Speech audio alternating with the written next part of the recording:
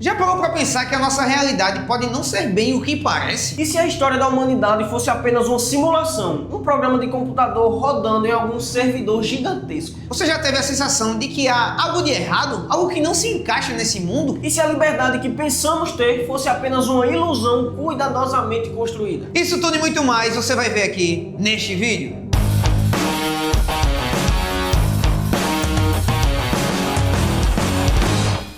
Ei, peraí! Você já parou para pensar? E se? E se realmente a gente vivêssemos em uma realidade simulada como a do filme Matrix? Isso não é novo. Ela ressoa com antigas tradições filosóficas e religiosas. Pense no mito da caverna de Platão, por exemplo. Ele descreve prisioneiros que só conhecem sombras projetadas na parede e que acreditam que essas sombras são a única realidade. A escuridão da caverna simboliza nosso mundo material e as sombras nossas percepções e crenças. Exatamente, Breno. A alegoria de Platão é um dos primeiros e mais poderosos exemplos de ceticismo sobre a natureza da realidade. Para Platão, o mundo que percebemos como os nossos sentidos é apenas uma cópia imperfeita do mundo de formas perfeitas e imutáveis. Ele sugere que a verdade está em um nível de realidade superior e inacessível aos nossos sentidos. Isso é assustadoramente parecido com a ideia de que o nosso mundo é uma simulação, uma versão digital e imperfeita de uma realidade básica. E essa ideia não se limita à filosofia clássica. Muitas tradições espirituais e místicas, como o hinduísmo e o budismo,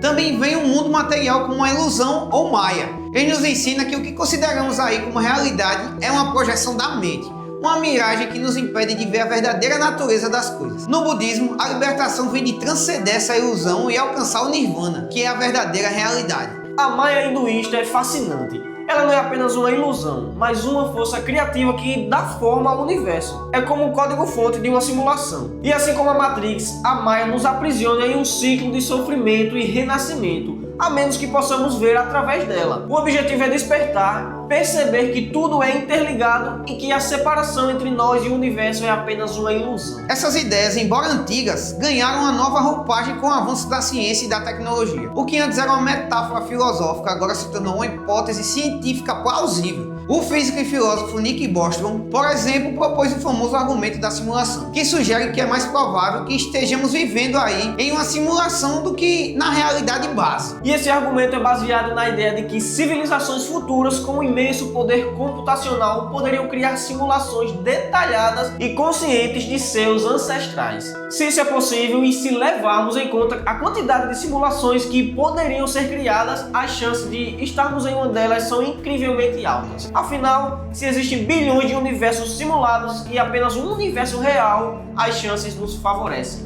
O argumento de Bostrom nos força a confrontar uma nova e assustadora versão do mito da caverna. Em vez de sombras na parede, temos pixels em uma tela. Em vez de correntes de pedra, temos linhas de código. Mas a pergunta é a mesma. Como saber se o que estamos vivendo é real? E se a nossa consciência, nossas memórias e nossas emoções forem apenas dados processados por uma inteligência superior? A história da humanidade, desde os tempos antigos, tem sido uma busca incessante por resposta. Uma jornada para entender a nossa posição no cosmos. E agora, essa busca nos leva a considerar a possibilidade de que o próprio cosmos seja um programa. Se a nossa realidade é uma simulação, isso muda tudo. Nossos objetivos, nossas aspirações e até mesmo nosso conceito de felicidade podem ser apenas linhas de códigos pré-programadas. A própria história da humanidade, com suas guerras, suas invenções e suas conquistas, pode ser apenas um enredo digital. Breno, mas e a questão da ética? Se somos personagens em um jogo, o que impede do programador de nos manipular, de mudar a nossa história, de nos fazer sofrer para o seu próprio entretenimento? A liberdade de escolha, o nosso livre-arbítrio, se torna uma ilusão. O nosso destino pode estar selado e cada decisão que tomamos é apenas uma resposta a um algoritmo. A história está cheia de exemplos de pessoas que se sentiram desconectadas da realidade. Artistas, poetas e pensadores que questionaram a natureza da existência, que buscaram algo além do mundo material.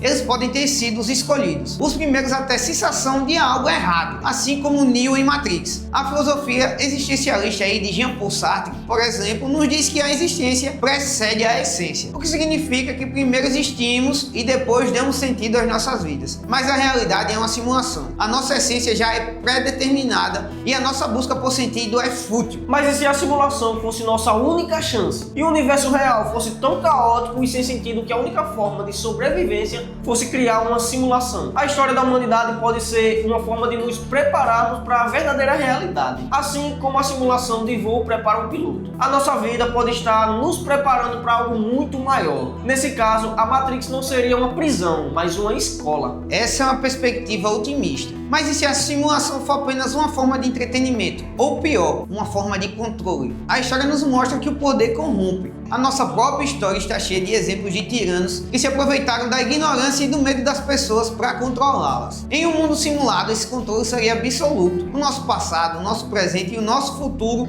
poderiam ser apagados ou reescritos a qualquer momento. A nossa história pode estar sendo manipulada. As grandes narrativas da humanidade, as grandes revoluções, os avanços científicos, as guerras e os momentos de paz poderiam ser apenas eventos programados para criar uma experiência mais interessante para os nossos observadores. A ideia de que somos donos do nosso próprio destino seria a maior das ilusões. E o que aconteceria se a simulação fosse desligada? A nossa história terminaria abruptamente. Sem um final feliz ou um final triste, seríamos apenas dados que seriam apagados. Mas e se a nossa consciência fosse real? E se mesmo em uma simulação nós pudéssemos ter a liberdade de ir além do código? Isso nos leva de volta à ideia de que a consciência é mais do que apenas bits e bytes, de que é algo inerente à experiência humana que transcende a tecnologia. Essa é a grande questão. A história da humanidade é uma busca por significado. E a pergunta, e se a Matrix fosse real, nos força a refletir sobre o nosso lugar no universo. A nossa história, com todos os seus desafios e conquistas, é o que nos torna humanos. E a possibilidade de que tudo seja uma simulação não nos tira disso, mas nos força a olhar para a nossa história com um novo olhar. A filosofia, a história, a ciência e a tecnologia todas se encontram nesse ponto. A história da humanidade, desde a caverna de Platão até os supercomputadores modernos, é uma busca para entender a nossa realidade. A única certeza que temos é a nossa própria existência e a nossa busca por um propósito. Então, fica o questionamento para você que está nos assistindo. Se a Matrix fosse real, você preferiria a pílula azul para continuar vivendo na ilusão ou a pílula vermelha para descobrir a verdade, mesmo que ela fosse assustadora? Já deixa tua resposta aqui nos comentários que a gente vai estar de olho em tudo. Compartilhe esse vídeo também para as pessoas que tenham interesse em saber sobre esse conteúdo. Curte o vídeo, ativa o sininho das notificações para tu não perder nada. Muito obrigado por ter assistido o vídeo até aqui. E é isso, tamo junto e é só o começo.